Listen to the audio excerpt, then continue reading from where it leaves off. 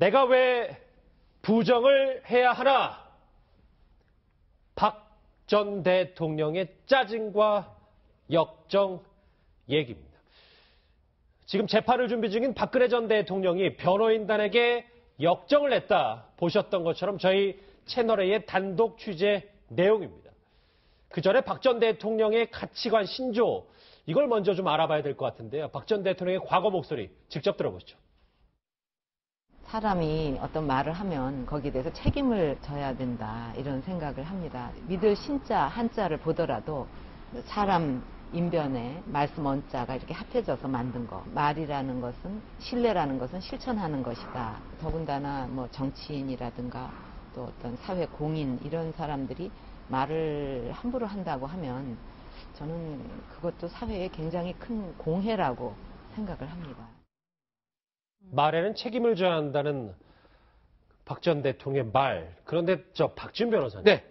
짜증 역정의 이유를 좀 더 깊게 들어갈 필요가 있을 것 같아요. 그렇습니다. 유영하 변호사 등 한 2명 변호사 빼고 변호인단이 교체가 됐는데요. 아마 일반적으로 언론에 알려진 거는 변호인단의 어떤 주장을 따르지 않기 때문에 박 전 대통령하고 좀 신뢰관이 깨져서 그렇게 알려졌는데 지금 반대의 지금 보도가 나왔습니다. 오히려 애매한 부분에 대해서 변호인단이 이 부분은 모른다고 좀 얘기를 하라고 했는데 왜 내가 했는 일이고 아는 일인데 모른다고 그렇게 하라 그러느냐 하면서 오히려 역정을 내고 화를 냈다라는 거거든요. 예. 이제껏 이제 보도된 거는 변호인의 조언을 잘 안 따르고 이러다가 했는 것 같은데 반대로 변호인이 뭐 뇌물죄 같은 경우는 사실관계가 애매하면 얘기 안 해도 되는 부분인데 그것도 제대로 얘기를 좀 하자라는 이제껏 얘기가 좀 다른 어떤 단독 보도 지금 된 것으로 보입니다. 예, 노 변호사님 실제로 이제 한 일은 했다라고 이야기하겠다는 건데 그동안 전면 혐의를 부인해 왔는데 좀 달라진 전략이다. 저희가 이렇게 보면 될까요? 네, 아무래도 이제 구속이 오래되고 또 변호인단들이 전부 다 이제 해임이 되면서 좀 초조하고 불안해져서 심경의 변화가 생긴 건 아닌가 이런 생각이 조금 들거든요. 예. 그러니까 구속이 오래된 상황에서 변호인단으로부터 제대로 조력을 못 받았다는 생각이 첫 번째 들고 그동안에 한 번도 본인이 제대로 대응하지 못해서 여기까지 왔다라는 생각이 드니까 아마도 지금은 좀 바꿔야 된다는 생각을 하고 있는 것 같은데 그럼에도 불구하고 유영하 변호사가 계속해서 같은 전략으로 나가야 된다라고 얘기를 하니까 이제 화를 좀 내고 있는 게 아닌가라는 생각이 들고요. 또 하나는 기존에 우리가 알고 있었던 그런 내용들은 해임된 변호사들이 언론과 인터뷰를 통해서 밝힌 내용 아니겠습니까? 그러니까 박근혜 전 대통령이 직접 얘기한 사실은 아니기 때문에 사실 이제 누구 말이 맞는지는 정확하지는 않을 수도 있어요. 그렇지만 제가 봤을 때는 아마도 이제 구속된 피고인 입장에서 좀 여러 가지 심경의 변화가 조금씩 생기고 있는 것으로 지금 보이고요.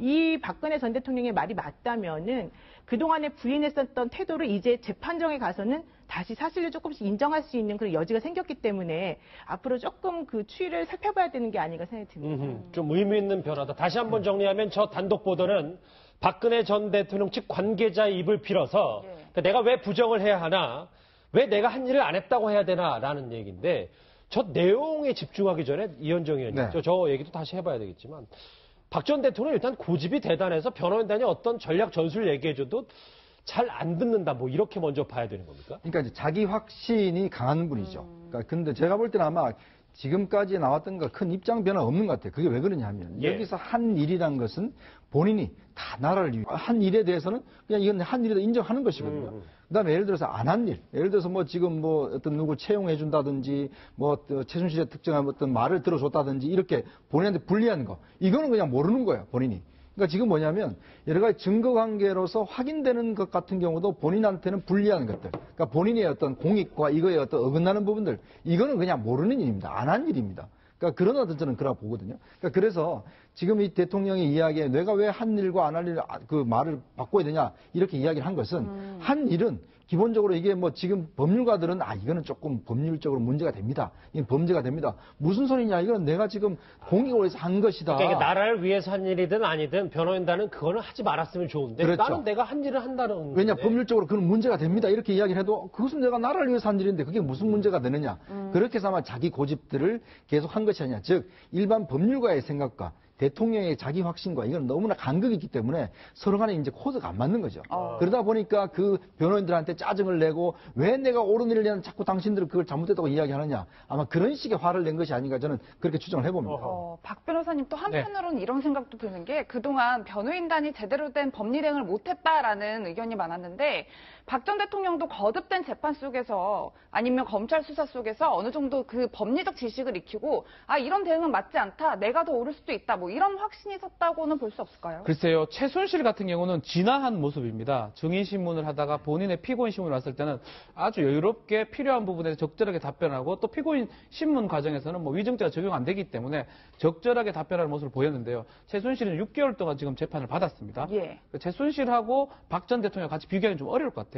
조사가 이제 1회, 검찰 조사 1회 있고 옥중 조사 5회를 했기 때문에 6회 조사를 하고 어느 정도 조금 뭐 법리라든지 변호인들하고 얘기해도 알긴 알았겠지만 그게 완전히 숙지가 돼가지고 이제 혐의를 인정하는 걸로 아니면 사실관계 인정하는 거 그것보다는 지금 이현정님이 말씀하신 것처럼 큰 틀에서 어떤 부분 사실관계를 인정하는 그 정도로 좀 바뀐 게 아닌가.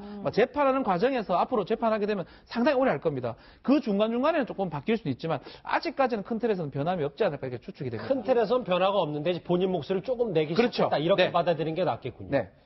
노 변호사님, 그게 원래 보통 피의자나 이제 구속된 사람들은 반대 아닙니까? 원래 뭐 내가 아니라고 막 큰 소리를 치다가 이제 내가 구속 수감되고 막 여러 가지 있으니까 그러면 이제 변호인들의 조언을 들어야 되겠다. 박 전 대통령은 전혀 반대의 모습이네요. 그러면? 그러니까 이제 그 전에는 본인이 이제 그 고집을 피우다가 또 내지는 유영하 변호사의 말을 듣고 전면 부인하다가 결론적으로 아무것도 제대로 된 게 없고 전부 다 실패를 거듭하니까 이런 식의 전략은 옳지 않을 수도 있다라는 생각을 이제 기본적으로 할 수가 있고요.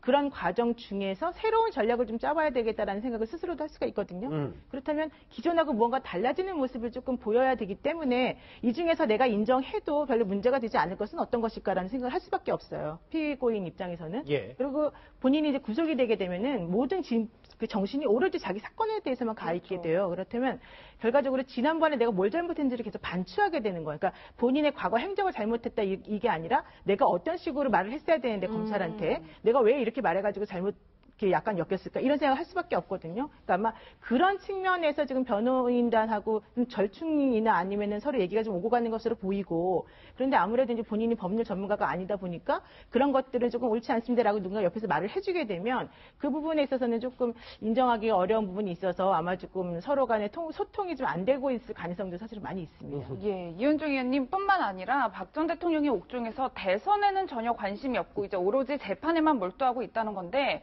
한평생 정치만 했던 분이 대선에 관심이 없다? 좀 아이러니하네요. 그래서 이 말이 사실이라면 조원진 지금 새누리당 후보가 좀 교감이 있었다라고 이야기하는 것은 그렇죠. 좀 거짓으로 보여지는데. 그렇네요. 근데 지금 아마 이제 박 전 대통령 입장에서 보면 아까도 노 변호사도 이야기하셨지만 예. 이 피해자가 사실 이제 그 안에 들어가 있으면 진짜 오로지 자기 생각밖에 없습니다. 자기 사건밖에. 왜냐하면 지금 안에서 지금 재판도 아직 열리지 않은 상황에서 여유롭게 지금 뭐 외부에 있는 이야기들 왜냐하면 이제 뭐 그 정치 상황도 이거 지금 고려할 수 있는 상황이 아니거든요. 그러니까 본인이 지금 몇 년 살지 모르고 본인도 어떻게 될지 모르는 상황에서 모든 것들의 관심은 일단 이 사건 자체에 집중돼 있고 그러다 보니까 이제 아마 지금 대선 같은 왜냐하면 이거 대선이 어차피 누가 되더라도 사실 자기한테 뭐 그렇게 유리한 상황도 아니고 지금 예를 들어서 그리고 또 어차피 이 대선 자체가 나중에 끝나더라도 결국 자신의 문제는 정치로 타협의 대상이 될 수밖에 없는 상황이니까 그런 문제에서는 당분간은 일단 결과에 대해서 일단 귀를 닫고 그다음에 자기 문제에 집중하다 보면 나중에 상황이 또 어떻게 바뀔지 모른다. 그리고 또 나중에 자신의 진심이 알려지면 상황 자체 바뀔지도 모르겠다. 아마 그런 생각도 좀 하는 것이 아닌가 저는. 근데 대선에는 전혀 관심 없다. 저는 그렇게 예. 보지는 않습니다. 관심은 있는데 관심을 표명하지를 않는 거죠. 표명할 지금 상황이 아닌 거죠. 우선 내 코가 석자 아닙니까? 예. 자기 일이 지금 더 급한데 뭐 대선 그런 부분에 대해 누구한테 무슨 관심을 표명하겠습니까? 그러나 뭐 텔레비도 보시고 그러니까 충분히 나름대로 관심이 있는데 첫째는 내 코가 석자라는 것. 두 번째 이 결과는 안 봐도 비디오 아닙니까? 어차피 기울어진 운동장이라는 것은 뭐 뻔하니 아는 것이고 거기다가 예를 들면은 지금 한국당 후보가 본인이 했던 뭐 친박 인사라든가 그런 분이면 모르는데 홍준표 경남지사는 과거에도 비박이고 박근혜 대통령하고 별로 전 대통령하고 그렇게 관계가 썩 좋지가 않았지 않습니까? 그러니까 더 보고 싶지 않은 거 아닌가 그런 생각도 들고 결과적으로 보면은 어차피 뭐 자기 문제는 문재인, 안철수 두 후보 중에 한 사람이 되더라도 정치적으로 풀 수밖에 없는 그런 사안이기 때문에 지금 이러쿵저러쿵 뭐 관심을 가져봤자 속만 끓이는 거죠. 그러니까 일부러 외면하는 거 아니겠습니까? 단독 보도 다시 한번 정리하자면 내가 왜 이렇게 사사건건 어떤 사안마다 다 부정해야 되느냐라는 얘기와 대선에는 전혀 관심 없다. 의미 있는 얘기들이 지금 단독 보도로 나온 것 같아요. 예, 박 변호사님 네. 뿐만 아니라 유영하 변호사가 이제 거물급 변호사를 추가 선임하는데 공을 들이고 있다고 네. 하는데 사실 만만치 않을 것 같기도 하고 이제 와서 수사 기록이 한 12만 페이지에 달한다고 하는데 네. 그걸 읽는 데에도 너무 늦었다라는 생각이 들어요. 그렇죠. 지금 유영하 변호사하고 최명성 변호사 두 사람이 선임계가 내 있는 상태고요. 다른 변호인들을 지금 좀 꾸리려고 하고 있는데 수사 기록도 상당할 뿐더러 사실 이걸 맡게 된다면 본인의 지금 사건들 변호사라면 하기가 좀 어렵습니다. 그렇죠. 그렇기 때문에 어떤 비용 부분도 아마 문제가 될 것이며 또 더 문제는 삼성이나 SK나 이때 이런 데로 로펌들이 많이 가 있습니다. 로펌은 또 구하기 또 어렵다고 봤을 때 고위 법관 출신 개인 변호사 사무실을 구해야 되는데 그래서 계속적으로 물밑으로 이제 접촉은 하고 있다는데 쉽게 이제 하겠다고 나서는 지금 변호사는 지금 잘 없는 것으로 지금 보입니다. 말씀하셨던 것처럼 지금 보면 롯데 신동빈 회장은 11명, 뭐 삼성전자 이재용 부회장은 12명. 물론 뭐 변호인단의 인원수로 뭐 이 변호가 잘 된다 뭐 이렇게 볼 수는 없습니다. 그래도 박 전 대통령 변호인단은 너무 적어서요, 노 변호사님. 그래도 이렇게 변호인이 많은 게 좋아요. 왜냐하면 이게 워낙 자료가 많기 때문에 그거를 꼼꼼히 볼 수가 없어요. 만약에 그 2명 가지고 정말로 일을 하게 된다면 재판에 나가서 보좌해주는 사람도 있어야 되고 나중에 앉아가지고 자료를 정리해주는 사람도 있어야 되고 의견서 작성한 사람도 있어야 되거든요. 근데 그런 것들이 현실적으로 2명 가지고는 이루어질 수가 없는 상황이기 때문에 당연히 최소한 5명 이상은 더 추가로 선임이 되는 게 맞습니다. 5명 이상이요? 예, 그런데 이제 현재로서는 아마 제가 아는 주변의 변호인들한테 물어보아도 그런 걸 왜 하냐라는 얘기들이 많이 했거든요. 박 전 대통령 변호를요? 그렇죠. 왜냐하면 이제 박 전 대통령하고 일부 얘기시죠. 현재 한창 일을 왕성하게 해야 될 그런 변호사들 입장에서는 이 사건을 맡는 것은 매우 위험한 상황이다라는 게 이제 법조인들의 이제 공통적인 의견이거든요. 예. 그렇다면 아마 새롭게 변호인단 추가 선임하는 게 그렇게 쉽지는 않을 것 같아 보이는데 그래도 아마도 뭐 박근혜 전 대통령을 사랑하는 분들이 많으시니까 그분들 중에 또 자발적으로 이러한 그 자원 의사를 표시할 수도 있긴 있겠죠. 아까 변호인단 인원 한번 다시 보실게요. 11명, 12명, 2명. 뭐 밑에 자막으로도 나왔는데 저 박 변호사님. 네. 뭐 인원수 얘기는 뭐 그렇다 치더라도 결국 2명인데도 불구하고 저희 단독 취재 결과는 그것조차 소통이 안 되고 조언과 전략 전술을 받아들이지 않아서 지금 화를 내고 있다라는 게 지금까지 돌아온 결론이 있는 거네요. 지금 결국 2명이니까 실제로는 유영하 변호사하고만 접견을 하고 있는 상황이거든요. 유영하 변호사한테 화를 낸 게 아닌가 추측이 가능한 부분입니다. 그래서 그렇게 봐야 될 것 같고 만약에 유영하 변호사까지 떠나버린다면 사실상 국선 변호가 해야 그럴 되죠. 일은 없지 않겠습니까? 없겠지만 지금 상황이 좋지는 않습니다. 삼성에는 지금 11명이라지만 삼성 법무실이 뒤에 있어요. 수백 명의. 롯데도 마찬가지고요. 그런 상황인데 어쩌면 삼성, 롯데 다 합쳐서 박 전 대통령이 혐의가 있는 상황인데 단 둘이 그중에 유영하 변호사는 얼굴로 한다면 최명성 변호사 혼자서 그 기록을 본다? 이거는 뭐 상상을 할 수 없는 일이기 때문에 5명이 한 10명 정도는 돼야 되거든요. 기록 보는 사람도 있어야 되고 나서서 재판에 임해야 될 사람도 있어야 되고 그런데 저렇게 적응 사항은 재판은 벌써 시작이 됐는데 기소가 됐는데 상당히 안타깝고 좀 근데 이해가 잘 안 됩니다. 얼마 전에 나온 보도에 의하면 최명성 변호사가 그 기존의 그 탄핵 재판 때 같이 했던 변호사들하고 로펌을 같이 차리겠다 이런 얘기를 같이 하고 있어요. 그렇다면 만약에 추가 선임이 된다면 그쪽 로펌에 있는 분들 중에서 예전에 이제 같이 안 했던 사람들이 조금 선임이 될 가능성이 좀 있거든요. 근데 이제 그것도 조금 걱정스러운 게 사실 예전에 그 도와줬던 분들이 전부 다 약간 원로급 변호사님들이기 때문에 이 일은 정말로 이 일에 매달려가지고 자료 수집을 많이 해서 법리 싸움을 벌여야지만 이게 해결이 되는 부분이 있기 때문에 그 부분에 있어서는 어느 정도까지 효과가 있을지는 조금 걱정스럽습니다. 저도 알아보니까 그 네 분이 이제 그 사무소를 만들었는데 그 중에서 해임된 분들도 있어요. 이제 그러다 보니까 이게 이제 박 전 대통령을 위한 그런 것들은 아닌 것 같고 나는 다들 이제 원래 로펌에 있다가 나오신 분들이기 때문에 이제 그 어떤 모여 있는 것 같고. 근데 아까도 말씀하셨지만 사실 헌법재판소의 그 어떤 변호인 자체가 왜 실패했냐면 결국 이제 김평우, 서석구 사실은 어떤 법리적 논쟁보다는 그러니까 장애 집회 나가는 이런 분들을 사실은 많이 해서 실패한 거 아니겠습니까? 이게 왜냐하면 사실 법정의 다툼이란 게 12만 페이지가 된다고 그러지만 거기에 모든 참고인들 그다음에 그 증인들 뭐 이 진술서 다 꼼꼼하게 읽어보고 거기서 문제점 파악해내서 그걸 가지고 싸워야 되거든요. 네. 그러니까 근데 문제는 지금 접견 가고 그 다음에 뭐 지금 왔다 갔다 하면서 누가 그거 봅니까? 심한 거를.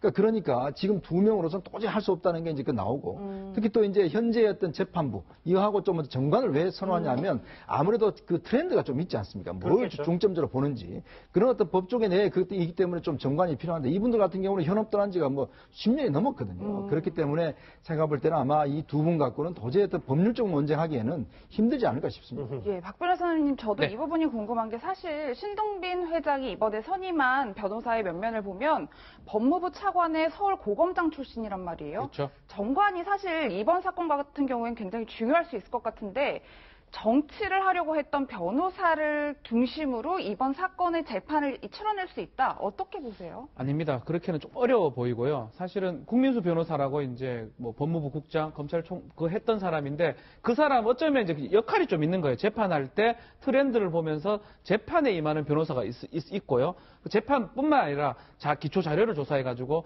이 파트는 어떻게 내용을 해가지고 변론을 짜고 이런 변호사들이 준비가 되는데 아마 롯데 같은 경우는 혐의가 그렇게 많지는 않지만 그래도 그 혐의에 맞게 12명, 11명 정도 구성이 돼서 이 멤버가 짜져 있을 겁니다. 근데 이제 그 중에 이제 일부는 어떤 전관이라고 얼굴을 하는 변호사가 될 거고 또 나머지 부분들은 변호사 업무를 실제로 할 사람이 될 건데 지금 박 전 대통령 같은 경우는 전혀 그런 어떤 손발 구분이라든지 이런 게 전혀 없는 상태이기 때문에 재판에 제대로 임할 수 있을지도 사실 의문의 상태입니다. 방금 전에 지나갔던 자막도 눈에 띄네요. 그러니까 박근혜 전 대통령이 측이 여론이 잠잠해지면 억울함을 풀 수 있을 것이다. 예, 저 내용도 했는데 그러려면 이제 앞으로 있을 재판을 잘 대비해야 되겠습니다. 근데 남은 사람이 유영하 변호사만 눈에 띄어서요. 그 관련해서 한번 목소리 들어보시죠.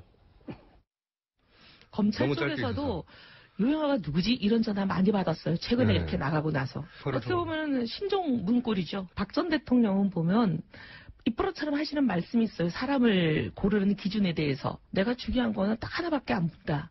그 사람을 믿을 수 있냐 없냐. 그것만이 의리. 중요하다. 지금 되돌아보면 시키는 대로 하느냐 안 하느냐 그 얘기 같아요. 예, 이현종 의원님 네. 지금 신종 문고리 1인이다. 뭐 이런 표현을 했는데 저희가 어떻게 해석해 보면 될까요? 그러니까 참 박 전 대통령을 이렇게 모시는 게 사람들을 보면 그동안 이제 그 3인방이 있었지 않습니까? 근데 이 사람들 같은 경우는 어떤 참모는 아닌 것 같아요. 참모라는 것은 뭐냐면 어떤 사안에 대해서 자신의 리더한테 뭔가 그래도 조언도 해주고 자, 이 방향 아닙니다. 이렇게 해주는 어떤 면에서 보면 좀 정치적인 참모 역할을 해야 되는데 이 3인방 같은 역할은 그냥 박 대통령이 시키면 전화하고 그다음에 뭐 가져오라면 가져오고 뭐 이런 식의 어떤 그냥 한마디로 어떤 면에서 진짜 비서다운 역할을 했었거든요. 그러니까 왜냐하면 박 전 대통령이 정치적 참모를 그렇게 좋아하지 않습니다.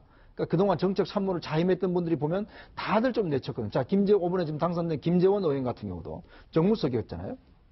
제가 알기로 이제 처음에 담화문 발표할 때, 1차 담화문 발표할 때, 그때 상당히 반대를 했던 거예요. 그러니까 왜냐하면 이런 식으로 이제 그냥 발표 안 된다고 했는데 문제는 그때 당시 우병우와의 다툼 속에서 우병우 주장이 받아들여서 결국 이제 안 됐거든요. 그러니까 그때 장면을 잘 보시면 박 전 대통령이 기자회견 끝나고 나서 나머지 그 비서관들은 다 들어가 버렸는데 혼자 계속 남아서 아주 침통한 표정이 있는 게 있습니다. 그러니까 그거 뭐냐면 결국 박 전 대통령은 실제로 있던 정책 참모를 자기가 의견과 다르면 그냥 그때부터 끝인 거야.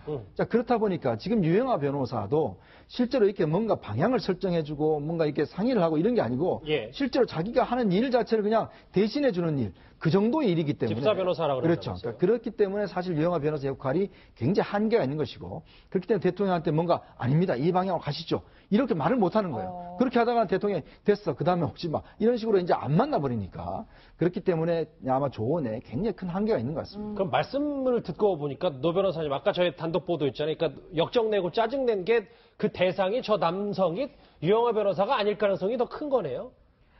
글쎄요, 근데 지금 대면하고 있는 사람이 사실은 유영하 변호사밖에 없지 않습니까? 그러니까 접견을 할 수 있는 사람으로 지금 등록해 놓은 사람이 윤전추 전 행정관하고 예. 유영하 변호사 2명밖에 없다고 하니까 실제 박근혜 전 대통령이 만나고 있는 사람은 유영하 변호사밖에 없을 것으로 보이고요. 지금 그 박 전 대통령의 측근이라고 한 사람은 이제 어떤 식으로 박 전 대통령의 의중을 들어서 얘기를 하고 있는지는 사실 조금 잘 모르겠거든요.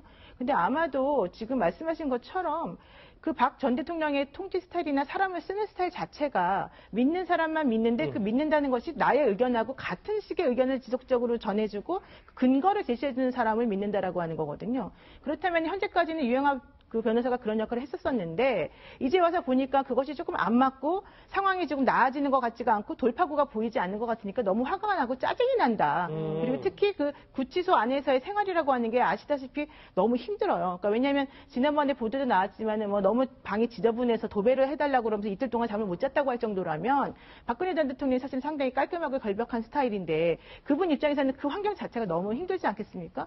그런 상황에서 식사도 지금 거의 못하고 있다고 하잖아요. 그러니까 여러 가지가 전부 다 지금 본인에게는 고통 속에서 지금 빠져 있는 상황에서 이제 스트레스가 너무 많이 쌓이고 힘들고 그런 와중에서 본인이 대하는 사람은 오로지 유영하 변호사밖에 없으니까 유영하 변호사 말이 맞고 안 맞고 떠나서 혹은 내가 유영하 변호사를 좋아하고 안 좋아하고 떠나서 일단은 화가 많이 나는 상황에서 화를 낼 수 있는 사람이 유일한 사람이기 때문에 그 사람에게 역정을 내는 것일 수도 있다는 거죠. 그런 분석도 있다. 많이 네네. 예민해졌기 때문에. 그렇습니다. 예. 유영하 변호사가 박 전 대통령의 수사는 추측과 상상에 의존했다는 말도 여전히 하고 있습니다. 그 목소리 들어보시죠.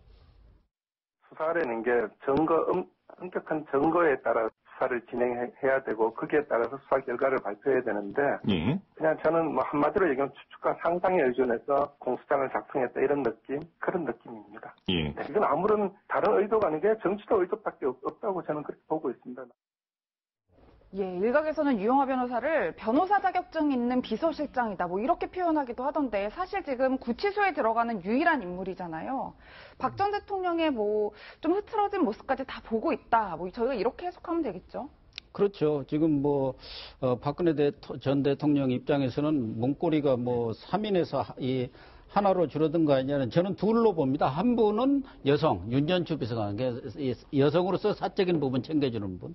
또 하나는 지금 법률 변호인으로 들어가지만 실질적으로는 뭐 그렇게 참모 역할을 지금 하지는 못하고 있고 박 전 대통령의 어떤 그런 법률적인 그런 그 수발든다 그럴까? 그런 느낌입니다. 수발드는 정도. 심부름하는 정도 아닌가 하는 생각이 드는데, 지금까지 유영하 변호사는 2007년도 박근혜 전 대통령과 이명박 대통령이 그때 맞붙었을 때 말하자면 네거티브 팀. 그렇죠. 그러니까 박근혜 그 네거티브 팀의 핵심은 그 당시에도 최태민 씨의 그런 여러 가지 문제점에 대해서 MB 쪽에서 이렇게 공격을 해온 데 대해서 거기에 대해서 방어를 하는 역할이었기 때문에 박근혜 대통령과 그런 그 최태민, 최순실 씨뿐만 아니라 박 전 대통령의 여러 가지 사적인 부분에 대해서도 충분히 알고 있는, 그러니까 자신의 그런 은밀한 부분이랄까 내밀한 그런 사생활까지도 유일하게 알고 있는 사람이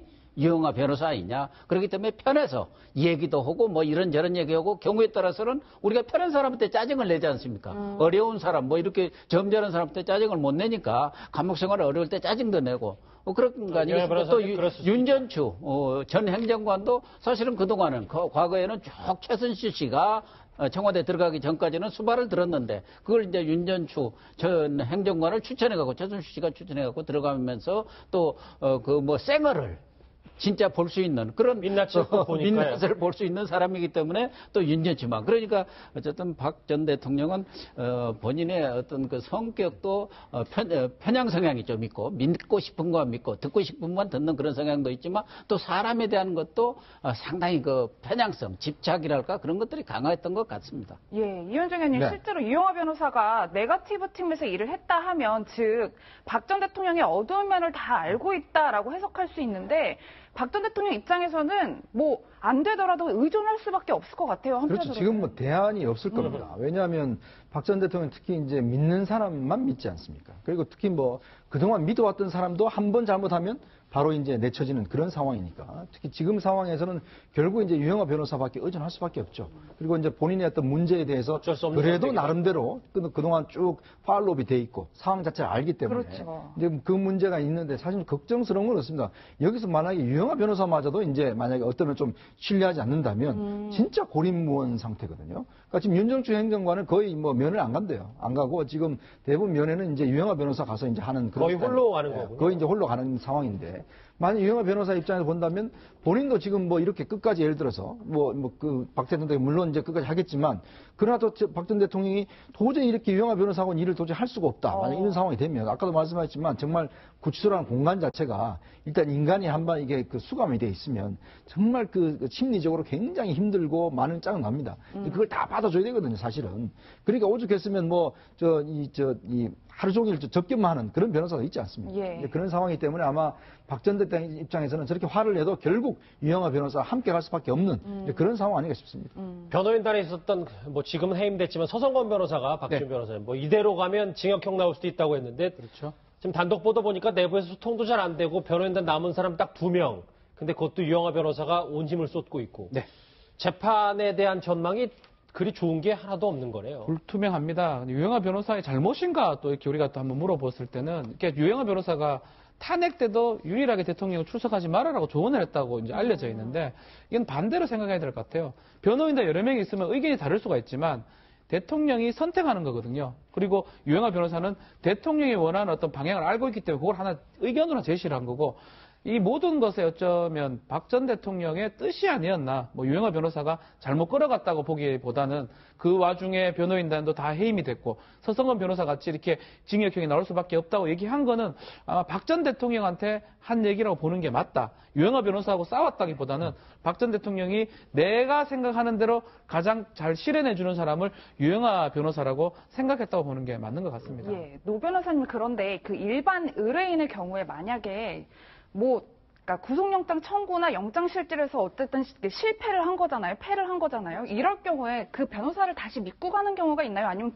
주로 교체를 하나요? 어떻게 되는 건가요? 그러니까 이제 변호인을 쓰는 전략이 여러 가지가 있을 수가 있는데요. 이제 과거에 어떤 전략 하나 써봤더니 잘 됐다. 그러면 당연히 그분을 계속 믿고 갈 수가 있죠. 그렇지만 이게 또 단계별로 또 달라질 수밖에 없거든요. 그러니까 예를 들면 검찰 수사받을 때에는 검찰과 친분이 있거나 검찰과 소통이 잘 되는 변호사에게 사용한 다르게 선임하는 경우가 많은데 이 박근혜 전 대통령처럼 탄핵 때도 전부 다 실패했고 그다음에 검찰 수사 때도 실패해서 전체적으로 모든 게 다 실패했다 그러면 원래는 다 바꿔야 되죠. 전부 다. 특히 유영하 변호사랑만 소통했는데 그분의 말을 들었고 혹은 내가 전달했는데 이게 제대로 안 돼서 실패했다 그러면 유영하 변호사를 먼저 해임하는 게 원래 맞죠. 그런데 지금 그렇게 하지 않고 다른 변호사들 오히려 열심히 밖에서 했던 사람들을 해임했다라고 하는 것은 박근혜 전 대통령이 일단 이 전략이라고 하는 거, 그 재판이라고 하는 것을 잘 모른다라고 하는 게 첫 번째 얘기가 될 수 있고요.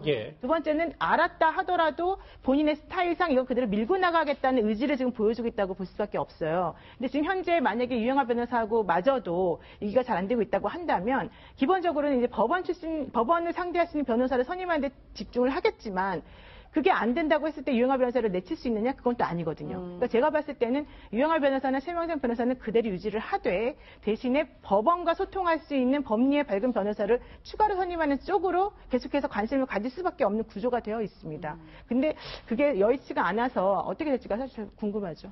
박 전 대통령이 왜 내가 하지도 않은 한 일을 왜 안 했다고 해야 되냐, 부정해야 되느냐라고 얘기를 쭉 했었는데 이 정유라 씨 관련해서 나중에 재판에서 어떻게 얘기할지 주목을 좀 해봐야 될 것 같습니다. 어제 김종 전 차관 얘기, 과거 얘기 한번 들어보죠.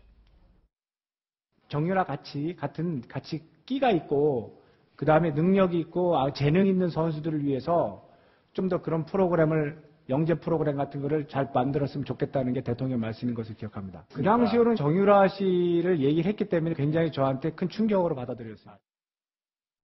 박 변호사님. 그러니까 지금 본인이 왜 부정만 해야 되냐라고 이제 언성을 높이고 있습니다만 추가적으로 어제 또 김종 전 차관의 진술을 보면 여러 가지 또 얘기들이 많아서 출산까지 고려해서 지원할 계획도 세웠다. 이것도 박 전 대통령 지시다. 이런 얘기가 나왔어요. 그렇죠. 그 부분은 그 기억기까지 난닥할 정도로 아주 정확하게 지금 기억을 하고 있거든요. 그래서 김종 차관 같은 경우도 어느 정도 많은 증거 앞에서 진술들을 많이 바꾸었고요. 법정에서는 본인이 피고인과 동시에 또 증인도 되기 때문에 다른 사건에서는 그 증언을 하는 과정에서는 박 전 대통령한테 아주 불리한 얘기를 좀 많이 하고 있어요. 그 이유는 물적 증거들이 많이 있기 때문에 이렇게 부인을 한다 하더라도 그게 극복이 안 된다고 판단한 걸로 보이고 또 본인 입장에서도 양형을 좋게 받아야 되기 때문에 진술하고 있으니까 결과론적으로 이런 정유라 지원 부분, 삼성에 뇌물 받았던 부분은 병합이 만약에 된다 그러면 김종 전 차관의 증언으로 해가지고 박 전 대통령은 더 어려운 상황에 빠지지 않을까 생각이 듭니다. 예. 저는 참 이해할 수 없는 대목이 왜 대통령이 예를 들어 차관을 독대하는 게 쉽지가 않습니다. 그러니까 아주 뭐 장관도 사실은 그렇죠. 예. 독대도 안 하고 뭐 수석 비서관도 독대도 안 하는데 김종 차관이 그렇게 증언해 자기가 처음으로 대통령하고 이제 처음이자 마지막으로 독대를 했는데 그 자리에서 딴 문제도 아니고 정유라 문제를 직접 이야기를 하면서 제발 좀 도와줘라 이렇게 지시했다는 거 아니겠습니까? 그러니까 그렇게 듣고도 자기가 야 정유라가 정말 대통령하고 각별한 사이구나. 특히 최순실하고도 정말 각별한 사이구나 이걸 느꼈다는 거죠. 그 다음부터는 최순실한테 이제 이 사람이 정말 권력 칠세구나 하고 했다는 것인데 왜 박 전 대통령이 정유라 이름까지 그것도 차관을 불러서 예를 들어 삼성 같은 경우도 삼성에서 예를 들어서 이 임신하고 애 낳은 다음에 그 다음에 지원하는 문제까지도 나중에 도쿄올림픽 가는 문제까지도 왜 대통령이 이렇게 세심하게 챙겼을까? 사실 정유라는 박 전 대통령을 만나본 적이 없다고 그랬어요. 그렇죠. 어렸을 때 예. 말고는. 그런 상황인데 아무리 최순실의 부탁이라고 하지만 대통령이 한 사람의 어떤 딸을 위해서 이렇게 많은 시간과 많은 그걸 소비를 하면서 지시를 했는가? 저는 이 부분이 아직까지 안 풀리는 대목이고 이걸 대통령한테 정말 한번 물어보고 싶어요. 근데 저는 약간 좀 이상한 게 그게 어제 김종 전 차관이 그 특검이 질문하는 것에 대해서 대답을 한 내용인데 예. 2015년 7월 23일에 그 박상진 그 승마협회장이죠. 승마협회장이 증인, 그러니까 김종 전 차관에게 이재용 부회장으로 하여금 그 정유라를 2020년 도쿄올림픽에 나갈 수 있도록 잘 해주라라고 했다. 이런 말을 들었다고 얘기를 하고 있거든요. 그렇죠. 그러니까 그 얘기는 김종 전 차관이 박상진 승마협회장한테 들었다는 얘기가 되는데 그러니까 최순실 씨가 뭐라고 얘기하냐면 이재용 부회장하고 독대는 7월 25일날 있었는데 박상진 승마협회장이 너한테 그런 얘기를 어떻게 7월 23일날 할 수 있겠느냐. 날짜가 안 맞지 않느냐. 지금 이런 식으로 의문을 제기를 했단 말이에요. 근데 그 말은 약간 신빙성이 있는 것이 예. 박상진 승마협회장이 뭐 하려고 김종 전 차관한테 둘이 얼마나 친분이 있길래 그런 얘기를 괜히 하겠습니까? 자기 회사의 오너에 관련된 얘기를. 예. 그러니까 그거는 제가 봤을 때 김종 전 차관의 말이 정말 사실이라는 걸 믿을 수 있으려면 왜 하필이면 7월 23일날 그런 얘기가 나왔는지 7월 25일 독대 때 박근혜 대통령이 이재용 부회장에게 직접 말을 하는 내용에 대해서 왜 23일날 얘기를 했었는지가 밝혀져야 되고 노 변호사님 말씀은 이제 김종 전 차관이 박 전 대통령이 약간 떠미는 듯한 거짓말할 수도 있다는 그랬을 겁니까? 가능성도 있고요. 그게 아니면은 그 박상진 승마협회장이 다른 루트를 통해서 이재용 부회장에게 박근혜 전 대통령이 그런 식의 지원을 요청한다는 얘기를 듣고 전달을 해줬을 가능성도 사실 있는 거라고요. 그러니까 그건 누구 말이 맞는지는 아직까지는 확신을 할 수는 없는 상황이죠. 예. 끝나지 않은 국정농단 파문과 관련해서 박 전 대통령의 짜증 섞인 변호인단의 혼란 얘기까지 첫 번째 주제로 얘기를 해봤습니다. 두 변호사님과는 여기서 인사드리겠습니다. 고맙습니다. 두 번째 주제는 이제 정치권 이슈로 본격적으로 들어가 볼 텐데 화면으로 먼저 만나보시죠.